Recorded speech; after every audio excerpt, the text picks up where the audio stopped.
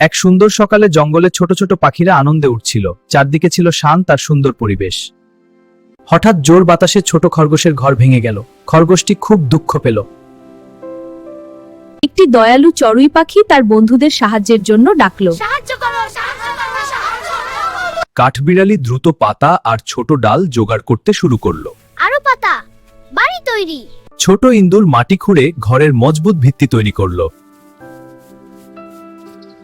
কচ্ছপ ছোট কাঠ নিয়ে এলো। লাজুক সোজারু ডাল এনে সাহায্য করলো। পাখিরা নরম ঘাস আর পালক দিয়ে খরগোশের নতুন ঘর বানালো। সূর্য ডোবার আগে খরগোশের নতুন ঘর তৈরি হলো। খরগোশ আনন্দে সবাইকে ধন্যবাদ দিল। সবাই একসাথে খুশি হলো। তারা বুঝলো একসাথে কাজ করলে সব সম্ভব। শিক্ষা, একে অপরকে সাহায্য করলে সবার জীবন আনন্দে ভরে ওঠে।